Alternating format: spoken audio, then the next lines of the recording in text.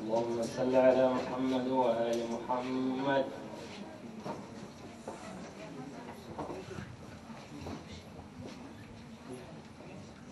أعوذ بالله من الشيطان الرجيم.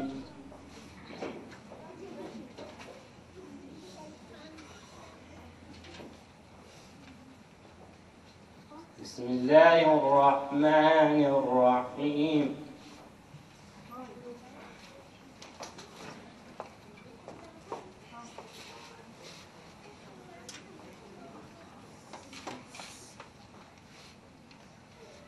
والتين والزيتون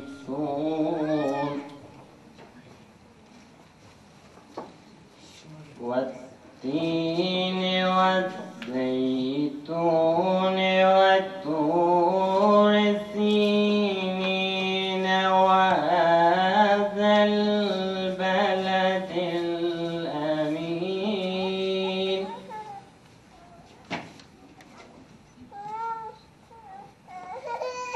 لقد خلقنا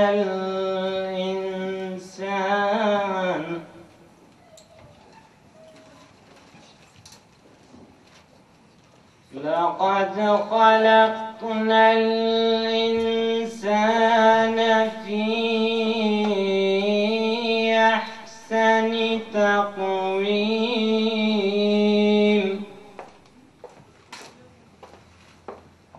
ثم رددناه أسفل سافلين.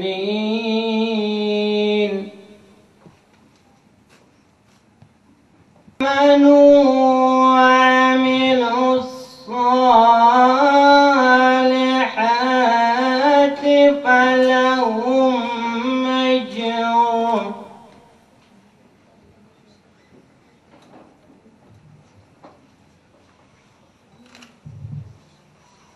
إلا الذين آمنوا وعملوا الصالحات فلهم أجر غير ممنون.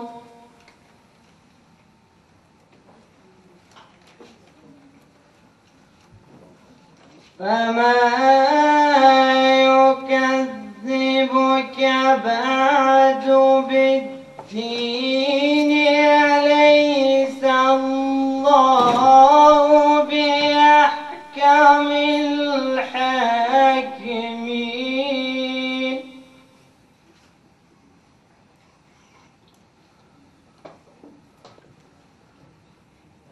أليس الله بأحكم الحاكمين؟ صدق الله العلي العظيم. بر محمد و آل محمد صلوات.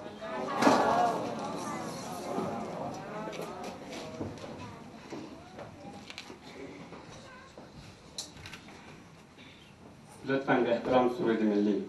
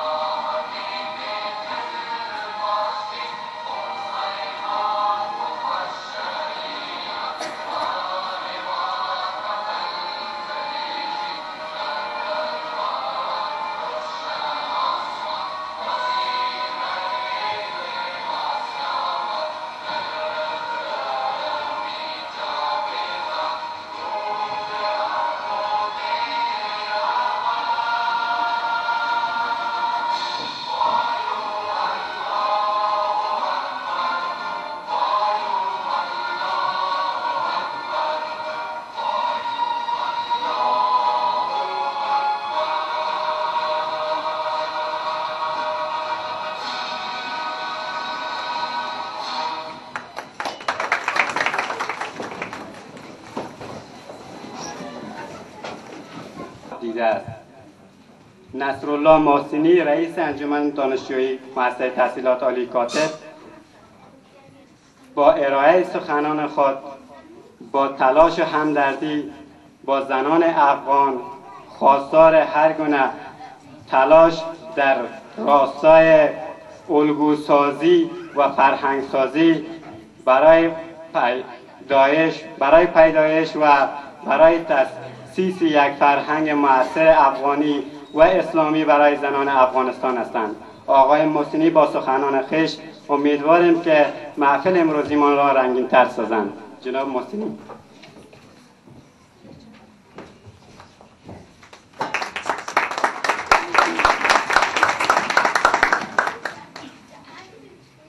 بسم الله الرحمن الرحیم. درود پاک خداوند بر محمد و آل محمد. از تأخیری که اتفاق افتاد بسیار معذرت می‌خواهیم. قرار بود برنامه زودتر از اینا شروع بشه، اما مجتمع ورزشی حمزه سیدالشهدا همکاری که با ما وعده همکاری که با ما داده بودن متاسفانه امروز نیامدن که با ما همکاری بکنن و ما به خاطر از اونها مجبور شدیم که تا یک ساعت دیگر برنامه رو به تأخیر بندازیم و برنامه به تأخیر شروع بشه. و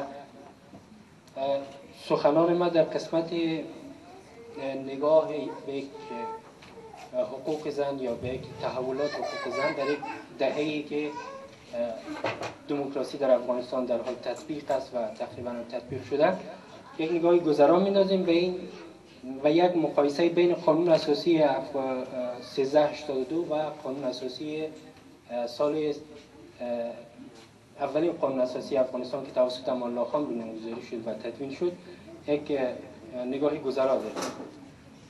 اولتر از همه می‌خواهیم که روز جهانی زن، البته که 8 مارس گذشت، ولی به خاطر از اون ما خواستیم که روز جهانی زن و 8 مارس بگیریم، ولی متاسفانه نتونستیم بنا به مشکلاتی که بود.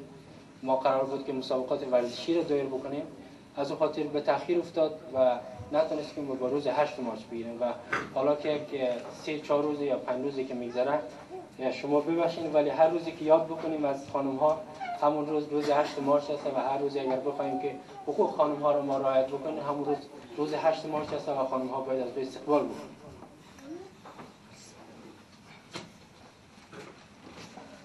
در قسمت سخنانم اول یک نگاهی کوتاه به قانون اساسی دوره امان الله خان می‌اندازیم. در زمان قانون اساسی امان الله خان اولین قانون اساسی افغانستان تصویب و تدوین شد که در اون قسمت حقوق زنان تا حدودی را در این قانون رعایت گردید و تلاش شد که او اجرا شود و تطبیق شود. از اون نمونه ها ما میتونیم بگیم که در قانون اساسی امان الله خان و یا در قوانینی که در زمان امان الله خان تدوین میشد، قانون منع تعدد زوجات، چیزی را که امروز همه خانم‌ها میخواهند که شوهرایشان بیشتر از یک خانم نداشته باشند، در زمان امان الله خان این قانون بود و این قانون تدوین شده بود که آقایون نمیتوانند بیشتر از یک خانم داشته باشند و این در زمان امان الله خان بسیار به خوبی اجرا میشد و حتی در بعض موارد که منجر به کشمکش بین دستگاه حکومتی امان الله خان و همچنان بعضی از علما تظاهرات کردن علیه امان الله خان که شما حق ندارین، این شریعت به ما اجازه داده که ما بیشتر از یک خانم داشته باشیم، 4 خانم داشته باشیم میتونیم، چرا شریعت به ما اجازه داده؟ در حالی که امان الله خان چیزی را که میخواست و او تطبیق فرهنگ دموکراسی غرب بود که در افغانستان می‌خواست تطبیق کنه. تا جایی هم درست بوده ولی تا جایی هم اشتباه بوده، چرا که با واقعیت‌های جامعه ما سازگاری نداره و از اون خاطر نتونست که موفق شد. در قسمت بعدی که ما میتونیم بگیم که واقعا دوران امان الله خان یک دوران واقعا دموکراسی برای خانم ها بودن. چرا؟ و هنوز ما نتونستیم که بعد از دوران امان الله خان و یک قانون اساسی و یک جامعه واقعا اگر بخوایم که دموکراسی داشته باشیم نداشتیم و نداریم. هنوز هم که هست حقوق خانم ها به درستی رعایت نمیشه و از طرف مردم، از طرف حکومت و از طرف اشخاص زورمند این حقوق پایمال میشه، رعایت نمیشه از اون خاطر ما تا الان نتونستیم که یعنی واقعا یک قانون و یک جامعه مرفه داشته باشیم، یک قانون بسیار کامل و جامع. منع تویانه گزاف در قانون زمان امان الله خان تویانه گزاف منع شده بود. یعنی خانواده ها نمیتونستن که دامادشان را و یا خانواده داماد مجبور بکنه که شما باید تویانه گزاف بدین و حتی تویانه منع شده بود. همین گله که امروز بین مردم رواج هست اینا در زمان منع شده بود و امان الله خان قانون تصویب کرده بود که کسی نمیتونه تویانه گزاف بگیره از داماد و یا از خانواده داماد، که خود همین وجودی تویانه میتونه یک نوع خشونت علیه زن باشه. او به این صورت که زمانی که خانواده عروس میانه یک تویانه گزاف را برای داماد وضع میکنه، برای خانواده داماد وضع میکنه، خب این آدم مجبور است به خاطر که خواسته ها و خواهشات از خانواده عروس تامین بکنه، میره این تویانه گزاف از هر جایی که شده پیدا میشه. ولی اینکه دوباره اینا سر زندگی آمدن زوجا، دوباره همینا مجبور هستن که خود همین زوج چه آقا و چه خانم هر دویشان مجبور هستن که همین تویانه رو دوباره باید با اون کسایی که قرض کردن دوباره باید پرداخت کنن و خودش یک نوع خشونت هست، هم از لحاظ روانی و هم از لحاظ جسمانی میتونه که بسیار پیامدهای بدی را داشته باشه که در زمان امان الله خان تویانه منع شده بود. از جمله حقوق دیگری که در زمان امان الله خان بسیار مورد توجه خود شخص امان الله خان قرار گرفته بود که اولین کاروان خانم ها را به کشورهای اروپایی مخصوصا کشورهای آسیایی ترکیه خانم ها را به بورسیه‌های تحصیلی فرستادن و چیزی که امروزه کمتر اتفاق میفته و هر کسی که واسطه دارن اونا میرن و کسایی که زورمند هستن اونا نه اینکه خانم ها را بلکه آقایون رو میفرستن به بورسیه ها و این از طرف حکومت از طرف دولت هنوز تطبیق نمیشه به صورت درست.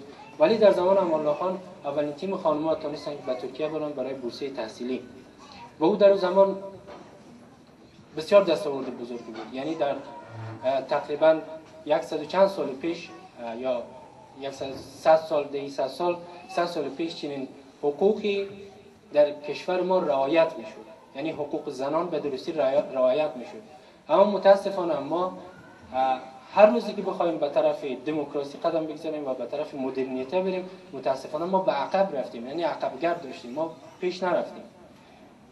حضرت امام علی در یک حدیث خود در یک روایت خود میگه که کسی که مسلمان هست باید دو روزش با هم برابر نباشد. یعنی اگر امروز ما با دیروزم تفاوت نداشته باشه، امروز ما با دیروزم برتری نداشته باشه، پس در این صورت مسلمان نیستیم. ما باید گام به گام هر روز پیش قدم بگذاریم و هر روز با فرهنگ و ارزش‌هایی که در جهان هست، با ارزش‌هایی که جهان شمول هست آشنایی بیشتر پیدا بکنیم و بتونیم که یک جامعه مرفه داشته باشیم. ولی ما در این چند سالی که گذشته، مخصوصا در یک دهه دموکراسی، اگر ما بگیم واقعا حقوق خانم‌ها رعایت شده نشده.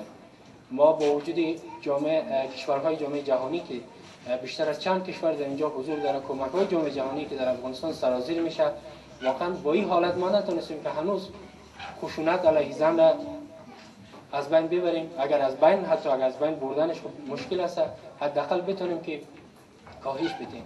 هر روز آمارها نشان میده که در افغانستان خشونت علیه زن به شدت افزایش پیدا کرده. حتی خشونت‌های جسمی، خشونت‌های جنسی، خشونت‌های روانی به حدی هستند که هنوز اگر واقعا یک تحقیق درست بشود در این قسمت، اگر واقعا دولت بخواد یک تحقیق درست و جامع را ارائه بده و بین مردم بیاین، خشونت‌هایی که در خانواده ما وجود داره بسیار بسیار شرم‌آور هستند، واقعا شرم‌آور هستند که هنوز ما در این جامعه با این کمک‌های جهانی ما هنوز همین خشونت‌ها رو داریم.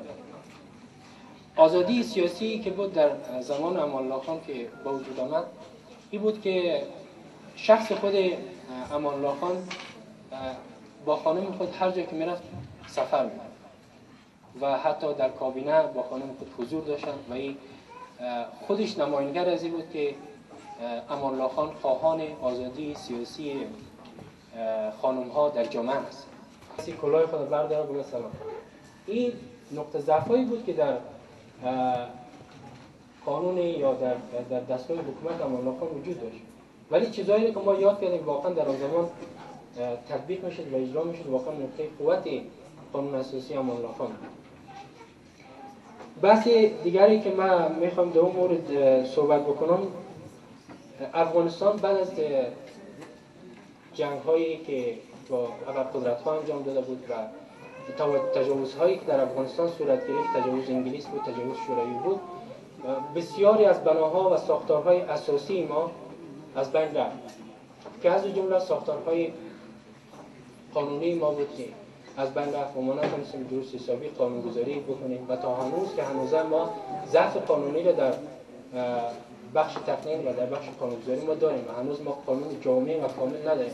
همین قانون اساسی هم که ما داریم فعلا قانونی است که بسیار هر روز که میگذره نقص و عیب قانون روز به روز آشکار میشه و جا داره که باید تعدیل صورت بگیره در این قوانین فعلی ما و قوانینی که از سال 1355 تا حالا وجود داره و از سال 1333 تا حالا وجود داره، این قانون باید تعدیل بشه. از اون زمان ما از زمانی که کشورهای ابرقدرت در افغان تجاوز کردن و افغان‌ها با غیرتی که داشتن، با همتی که داشتن، توانستن اونا را از خاک خود بیرون کنن، اما متاسفانه با بیرون شدن از اونا ساختارها از بین رفت. جنگ‌های فرقه‌ای گرفت و جنگ‌های فرقه‌ای، جنگ‌های قومی نژادی بودن که در افغانستان صورت گرفت، در صدد حذف یکدیگر برآمدن که توانستن بسیار ضربه مهلکی بر پیکر جامعه وارد کنند. از این لحاظ بعد از حضور طالبان در افغانستان، یعنی جنگ‌های داخلی باعث شد که طالبان در افغانستان ظهور بکنند و پیدا بشه و پاکستان، عربستان و کشورهای غربی حتی از طالبان حمایت بکنند در افغانستان بیایند و یک قانون را و یک حکومت را بنیانگذاری بکنند که خلاف شریعت اسلام و خلاف قواعد اسلام و خلاف ارزش‌های اسلامی باشد. طالبان چیزی را به نمایش گذاشت در افغانستان که نه در اسلام هست و نه در هیچ فرهنگ دیگر.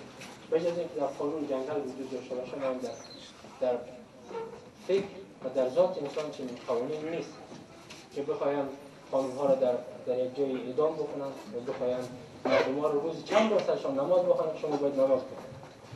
اینا چیزایی بودن که باعث ازی شد که طالبان با وجود بیان و این قوانین رو وضع بکنن و بعد از اون که کنفرانس بن دایر شد و افغانستان به سمت یک آینده روشن حرکت کرد، در سال 1382 قانون اساسی 1382 بر اساس تصویب لویزه قانون ما به تصویب و اجرا گذاشته شد که بر اساس دو ساختارهای ما مشخص شد. اگر ساختارهای سیاسی، ساختارهای اجتماعی ما مشخص شد که از این جمله حکومتداری بود، پارلمان بود، انتخاب رئیس جمهور بود. اینا بودن که در قانون اساسی فعلی ما واقعا رعایت شده و مردم ما باید از این فرصتی که پیش آمده نحوه درست و استفاده درست بکنند. در قانون اساسی فعلی 1382 که ما داریم، سه بحث اساسی در اینجا من در رابطه با خانم ها هست که من میکنم. بحث اولی که هست حقوق زن در خانواده هست. واقعا در قانون اساسی فعلی حقوق زن ما داریم، یعنی در این قسمت خانواده تاکید زیادی شده، ولی در قوانین عادی ما، یعنی قوانینی که پایین‌تر از قانون اساسی هست، متاسفانه ما هنوز ضعف‌ها و نواقص‌هایی داریم که میتونه یک نوع خشونت علیه زن را بوجود. از آن جمله وقتی که ما میخواهیم هسته خانواده را تشکیل بدیم و او را بشناسیم، ببینیم هسته خانواده یا بنیان خانواده بر اساس دو فرد وجود داره، یک زن هست و یک مرد. این رابطه بر اساس یک عقدی که همه او را به اسم نکاح میدانند با وجود میاد. البته در کشورهای اسلامی هم همچین چیزی وجود داره و در کشورهای غربی هم همین عقد و نکاح وجود داره، هر کس به شکل و فرهنگ خودش. اما در افغانستان به شکل شریعتش ما بگیم همون صیغه عقد جاری میکنن، بر اساس اون زن و شوهر با هم محرم میشن و یک زندگی را با هم شروع میکنن. اما در این قسمت تا حدودی را اگرچه به نظر من حقوق خانم ها رعایت نمیشه. وقتی که شرایط عقد ما میبینیم، شرایط نکاح را ما میبینیم یا یک عقد را، باید دو طرف یک شرایط را داشته باشه، هم زن و هم مرد، هر دوشان یک شرایط داره. شرایط عقدی هست که اولین شرطش هست که باید اهلیت داشته باشه. یعنی دختر و پسر باید به سن بلوغ رسیده باشه، یعنی به سن قانونی رسیده باشه. این از اولین شرط هایی است که در قوانین ما وجود داره که باید هر دو طرف داشته باشه در زمان عقد. دومین از اهلیت که بگذاریم میرسه بحث رضایت، که هر دو طرف باید زمانی که عقد ازدواج بسته میشه هر دو طرف باید رضایت داشته باشه. بعدش میرسه اراده، یعنی شخص خودش اراده بکنه، نه اینکه کسی رو مجبور بکنه. اکراه وجود نداشته باشه، جبر وجود نداشته باشه. باید اینا با هم با رضایت با اراده خود برن عقد ببندن. و بخش دیگهش میمونه که سبب مشروع است که یعنی اما حق باید به یک مورد معامله مشروع باشه، یعنی قانونی باشه و از لحاظ شرعی عیب نداشته باشه. ولی ما ببینیم در قسمت خانم‌ها این حدود رعایت نمیشه. آقایون آزادی کامل دارن در انتخاب همسر، میتونن که آزاد باشن، میتونن برن هر که خاص انتخاب بکنن. ولی متاسفانه خانم‌های ما، دختر خانم‌های ما، اگرچه اینکه سن قانونی رو قانون اجازه داده که باید دختر میتونه بعد از شام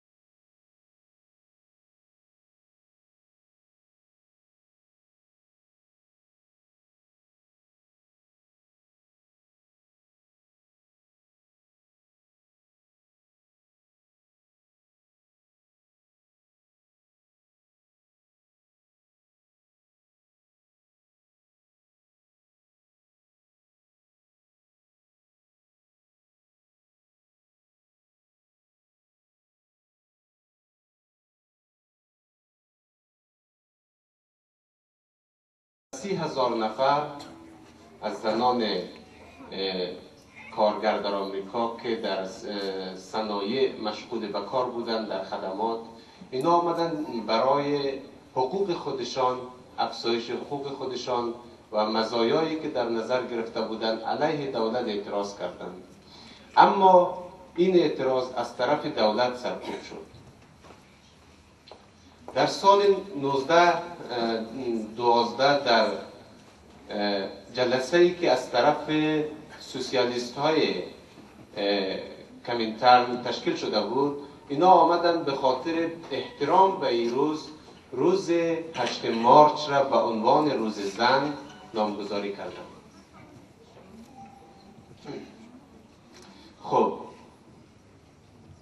این یک مقدمه بود که ما برای شما گفتیم که در واقع 8 مارچ از کجا آمد. از یک اعتراض جمعی از تعداد خانم هایی که در آمریکا به خاطر بعضی از حقوقشان علیه دولت مظاهره کرده بودند. اما برگردیم سر این که نگاه به زن امروزه از کجا ناشی شده. یعنی اگر ما در خانواده، در فامیل نگاهی متفاوت به خانم ها داریم، به خواهران، مادران خود داریم، در واقعی از کجا آمده؟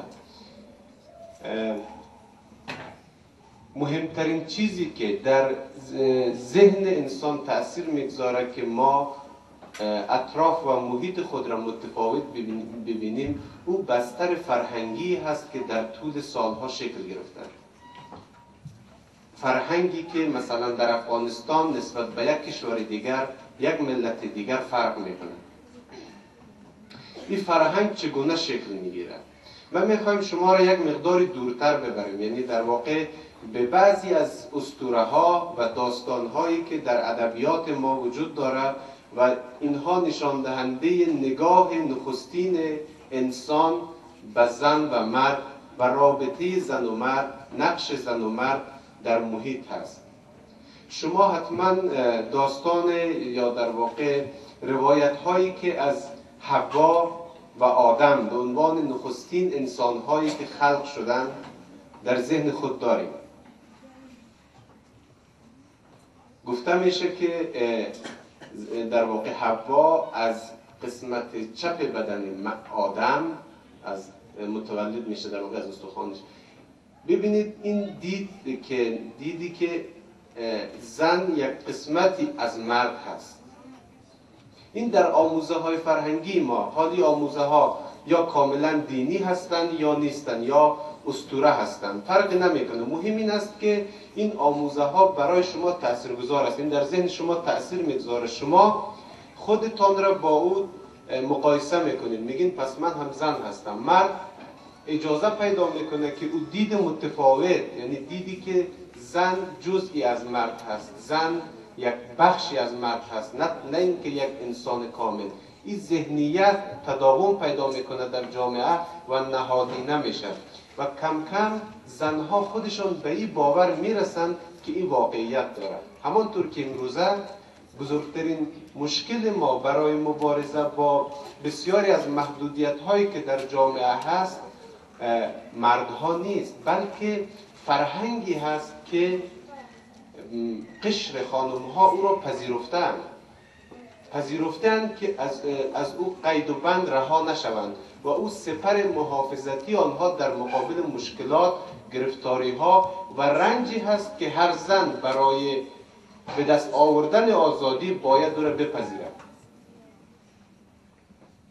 خب ولی شما در فرهنگ یونانی، رومی میبینید که اسطوره های آنها تفاوت میکنه. آنها همانطور که مثلا خداوندگار دریا قدرت دارن، آپولون هست، در کنار او هرا هست، الهه زیبایی، یا اروس هست، الهه عشق. اینها از جنس زن هستند، یعنی با ظاهر و ویژگی های یک بانو، یک خانم در اساطیر یونانی شکل گرفتند.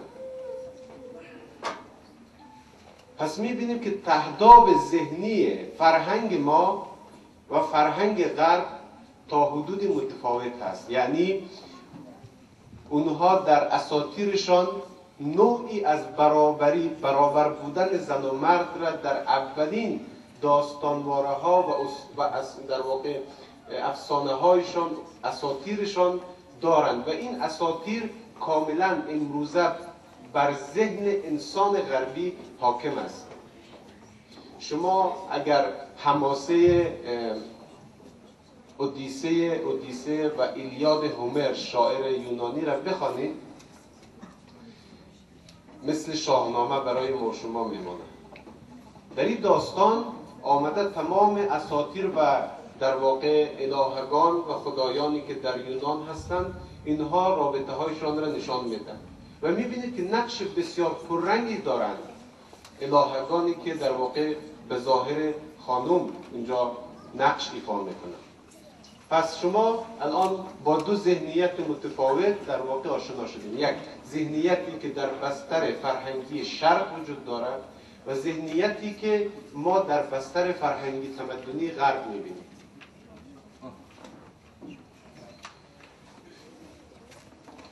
بعضی از جامعه شناسان آمدن گفتند که نگاهی که امروزه نسبت به زن در شرق وجود دارد برخواسته از وضعیت جغرافیایی و محدودیت‌های کم آبی هست که در این محیط است. یعنی چی؟ یعنی اینکه در خانواده هایی که در اگر قرنها قبل ما برگردیم میبینیم که مردها به خاطر کمبود در واقع امکانات یا مشکلاتی که وجود داشته مثل کم آبی اینها نقش‌های بیشتری را بر عهده گرفتند تا نیازهای خودشان را رفع کنند. مرد کم کم مسئولیت در واقع آنقدر مسئولیت به عهده گرفته که نقش مدیریتی خانواده کاملا از آن مرد شد. به این اصطلاح رومی ها میگویند پاتریمونیال. پاتری همون پدر هست که ما شما میگیم پدر، یعنی پدرسالاری. پدرسالاری از درون خانواده شرقی در طول قرنهای گذشته شکل گرفته و این از درون خانواده به ساختار حکومت کشیده شده. شما حکومت‌های شرقی رو ببینید، سلطان و پادشاه کی هست؟ قدرتمندترین شخص یک مملکت است که تمام اختیارات او مردم دار و ندارشان، حوزه عمومی و خصوصی در اختیار شخص شاه است، شخص پادشاه است، شخص سلطان است.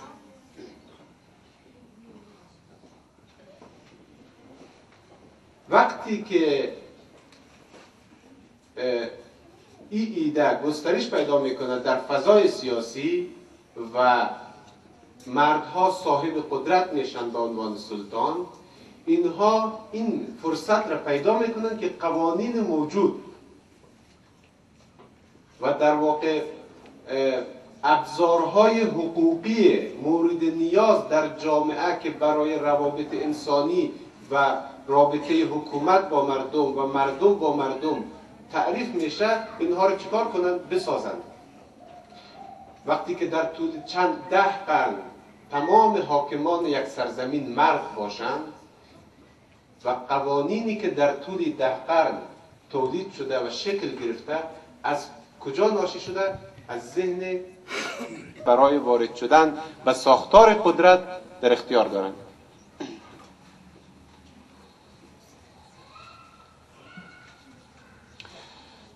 خب این وضعیت خیلی ادامه پیدا نکرد.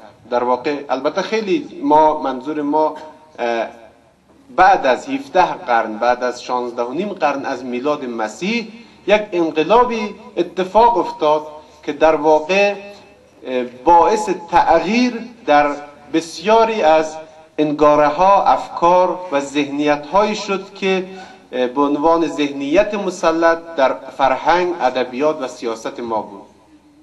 همون ذهنیت پدر سالارانه، چه در حکومت چه در خانواده.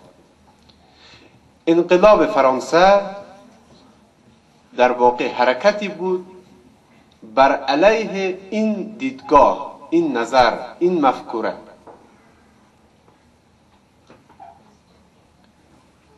قبل از انقلاب فرانسه همه چیز برای انسانی که در شرایط سنتی زندگی میکرد، در سنت پدرسالاری زندگی میکرد، از قبل تعریف شده بود. از قبل مشخص شده بود که شما به عنوان یک خانم، به عنوان یک بانو چه نقشی را دارید. مادر هستین، همسر هستین و یا چیزهای دیگر. و این محدوده کاملا مشخص شده بود و چیزی فراتر از او وجود نداشت.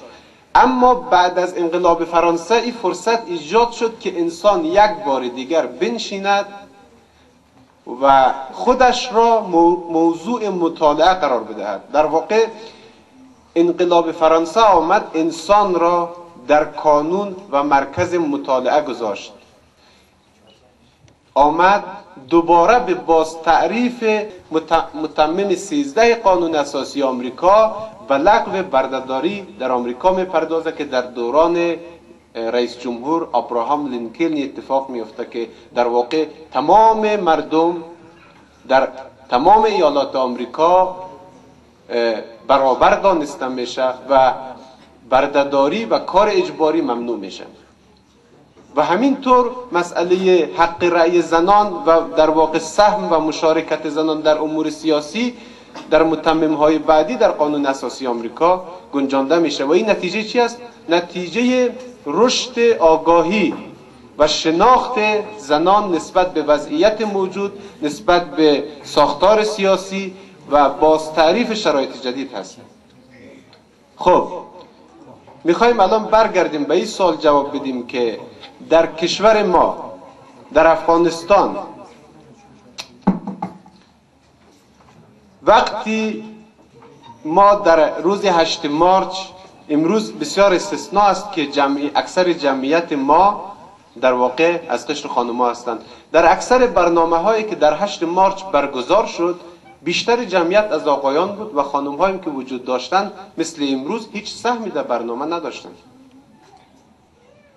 خب میخوایم ببینیم که چطور این فرصت برای خانم‌ها ایجاد میشه که بیاین همان طوری که فرانسه تجربه کرد، همان طوری که آمریکا تجربه کرد، اینها بیاین با توجه به فرهنگ، سنت و عنعنات خودشان دوباره خودشان را مطالعه کنند، دوباره تاریخ خودشان را مطالعه کنند، فرهنگ خودشان را مطالعه کنند، قدرت سیاسی موجود را بررسی کنند و ببینند که مشکل در کجا می باشد.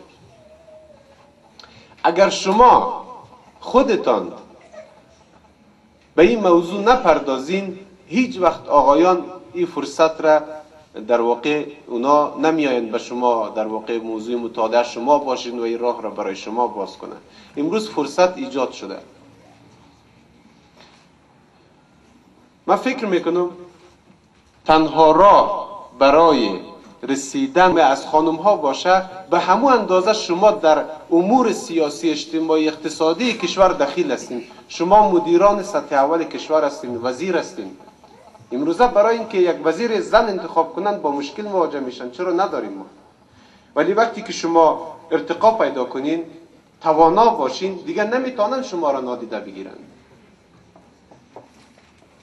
پس تنها راه برای رسیدن به مرحله برابری به صورت عملی در جامعه افغانستان این هست که راه‌های آموزش عالی در افغانستان چه از طریق مؤسسات خصوصی چه از طریق مؤسسات دولتی برای خانم‌ها فرصت‌های بیشتر داده شود تا آنها بتوانند فرصت پژوهش، فرصت مطالعه کردن را پیدا کنند و به این موضوعات به صورت اساسی بپردازند و راه‌های عملی را در ساختار سیاسی افغانستان بررسی کنند که چطور شما میتونید قوانین موجود افغانستان را به نفع خودتان تغییر بدید.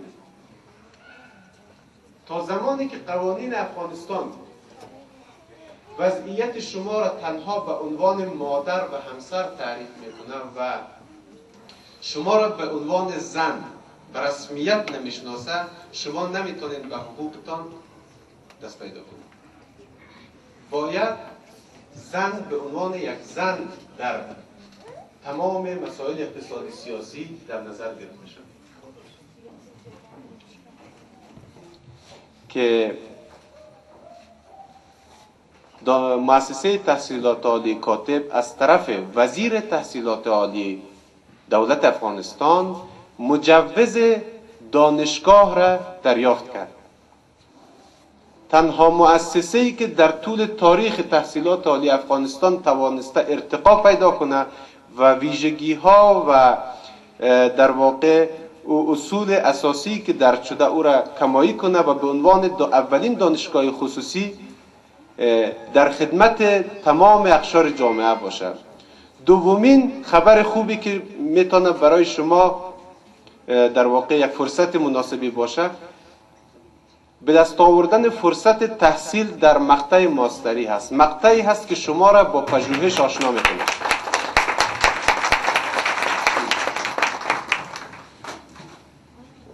فعلا در 6 رشته علمی، مخصوصا در حقوق، کسایی که حقوق خواندن ما تشویقشان میکنیم که حتما بیاین از این فرصت استفاده کنن و مطمئنا یک در واقع تخفیف های برای خانم‌ها در نظر گرفته میشه. بیاین شرکت کنیم برای ماستری به عنوان پژوهشگر در مسائل حقوقی. خودتان برین به موضوعات و مشکلات خودتان رسیدگی کنین. خب کم کم بحث را جمع میکنیم. دوباره ما روز 8 مارچ که البته بسیار من نمی‌فهمم چقدر وقت دارم. خب کوشش میکنم به خاطر جلوگیری از زیادی وقت حرفای را کمی خلاصه‌تر و کوتاه‌تر بیان کنم.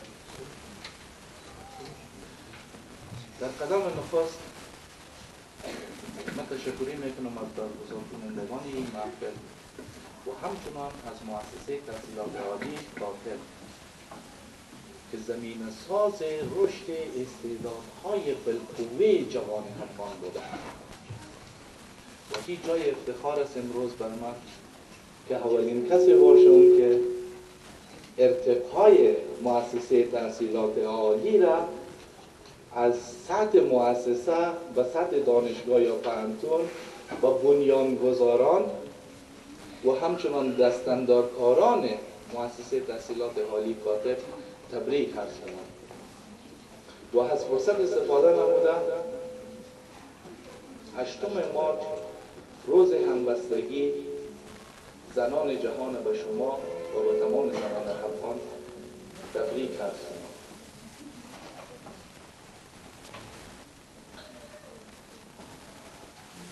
درست 103 سال پیش، در حدود 103 سال پیش در شهر نیویورک امریکا زنان دست به تظاهرات و اعتصابات زدند و خواهان حقوق خود شدند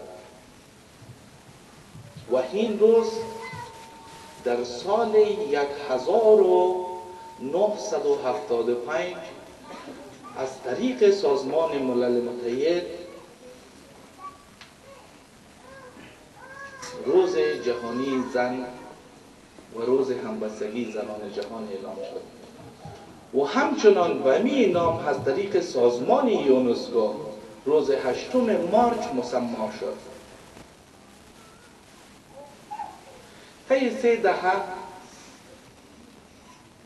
جنگی که در افغانستان سپری کردیم بیشترین آسیب به پیکر خانم‌های ما بود. بیشترین آسیب از قشر زن افغان دید.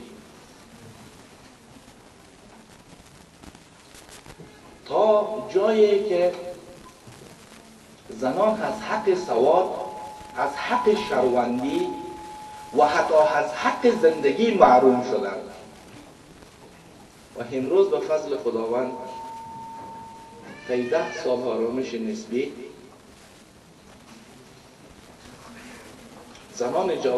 زنان جامعه افغانی واقعا از خودگذری های نشان دادند، افتخار آفرین شدند. ما میخوایم گپای خدا به 2 دسته تقسیم کنیم. یکی نقش زنان در جایگاه و ادیان مختلف و همچنان جوانان و انتخابات سال 2014 جایگاه زن در ادیان مختلف کتاب‌های مقدس به دست زنان نمیدادند. در دین بودایت یا در هندوستان زمانی که شوهر فوت میکرد خانمش در پهلوش میسوختاندند تا مایه بدنامی نباشد. قبل از ورود اسلام دختر یا زن به چهره حرب یک لکه ننگ بود. دختران را زنده به گور میکردند و در حال هست که قرآن مجید به صراحت بیان کرده که ما از جنس خود شما زوجهای آفریدیم تا در کنارشان آرامش پیدا کنید.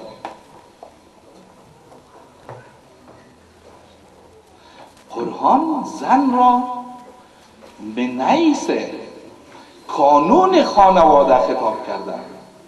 پس جایگاه والای زن در دین مقدس اسلام جایگاه خاص هست.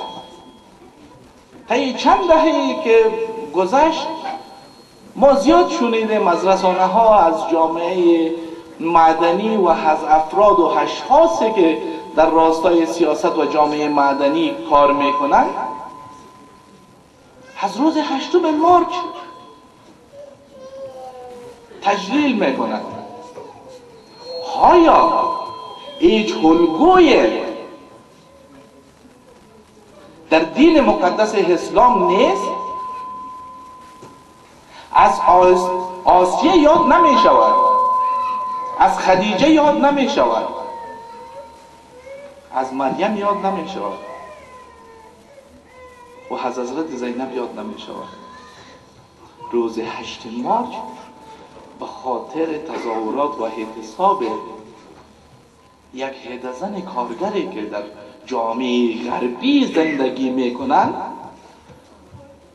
ما پیروی میکنیم. خب نقش زنان در جامعه افغانی واقعا نقش خوبی بوده. ما میبینیم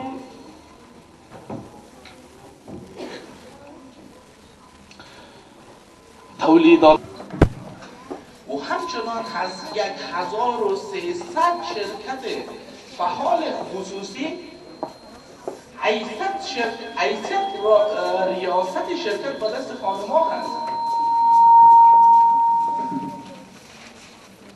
این خود گواهی از پیشرفت و ترقی خانم‌ها هست.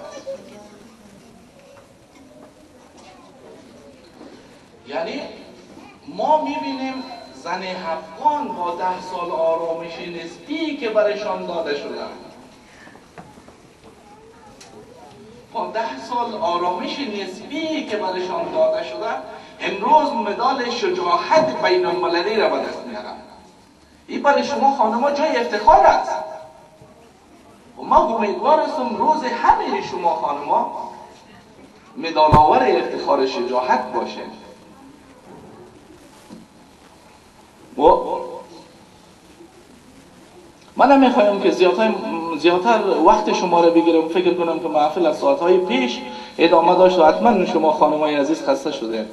چند نکته را در ارتباط به انتخابات سال 2014 میگویم.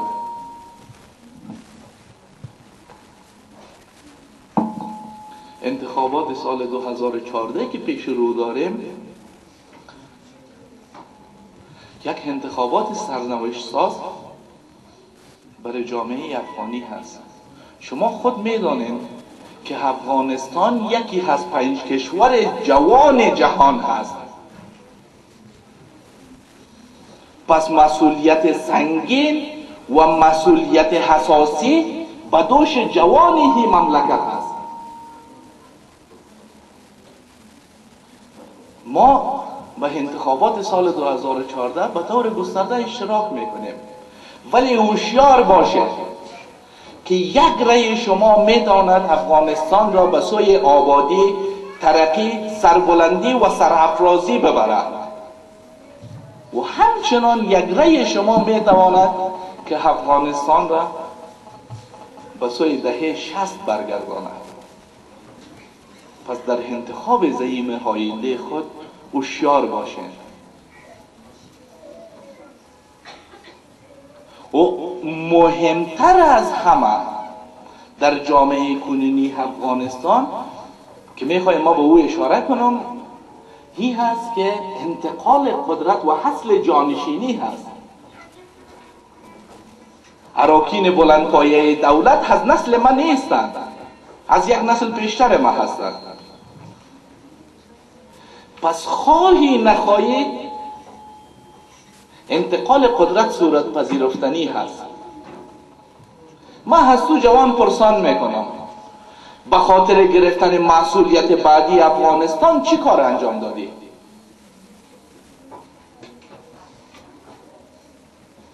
به خاطر گرفتن اقتدار افغانستان چی کارهایی را انجام دادی؟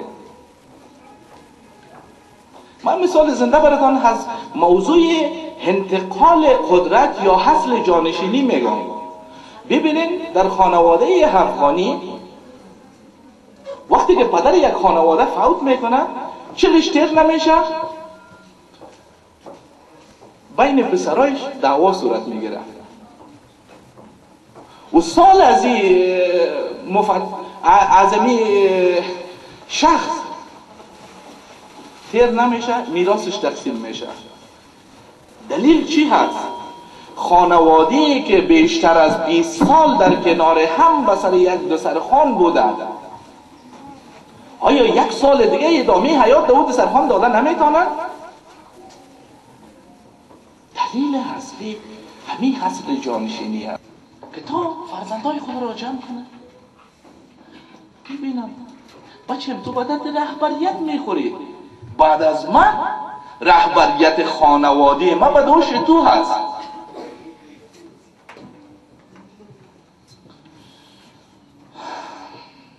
مشکلات حساسی که وجود داره در بین حلقات جوان افغان، این مشکل است که ما حداقل نتوانستیم 3000 جوان زیر یک چتر جمع شویم و ببینیم که کی به درد رهبریت میخوره، کی به درد حاملیت میخوره و کی به درد مدیریت میخوره.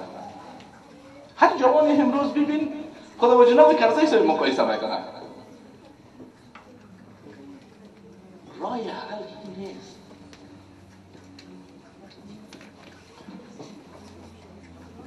من مثلا صورتش هستم باشه از منزلم بالا شده واقعتش نشده و راه حل چی است؟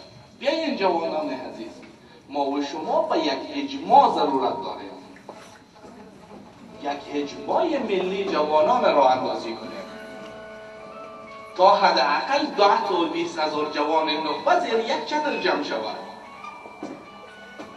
چون وظیفه خطیر، وظیفه بزرگ و پیش روی ما است.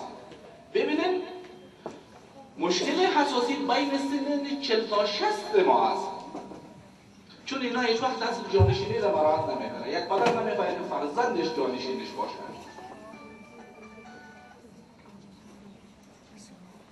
یک پدر نمیخواد فرزندش جانشینش باشه و همچنان اراکین بلندپایه دولت این را نمیخواد، ولی غافل از این که انتقال قدرت صورت گرفته. امروز شما ببینید در دوایر مختلف در جمع اراکین بلندپایه دولت جوانان حضور دارند. من نمیخوایم که نام ببرم، ولی شما خودتان میبینید در بین اراکین بلندپایه دولت جوان حضور دارند. پس بدین معنا است. من فکر کنم چند سال پیش در غزنی، کسی از غزنی اینجا باشه، در غزنی پذیرفتنی است. ما نمیخوایم که زیاد پرحرفی کنم و در آخر همین موضوع میخوایم برای شما به عرض برسانم که امیدوار هستم به گفته محسنی صاحب که روز 8 مارچ روز همبستگی زنان جهان از بین بره و همه روز خانمای عزیز و در پالویش هم روز ما باشه و از او روزا تجلیل کنیم. و روز 8 مارچ فقط برای شعار دادن و استفاده سیاسی نباشد. روز مارچ روز گزارشدهی نهادها، دولت و مؤسسات دولتی و غیر دولتی برای زن افغان باشد. در طول یک سال شما چی کارهای خوبه چی کارهای بدی برای زن افغان انجام داده و من الله توفیق.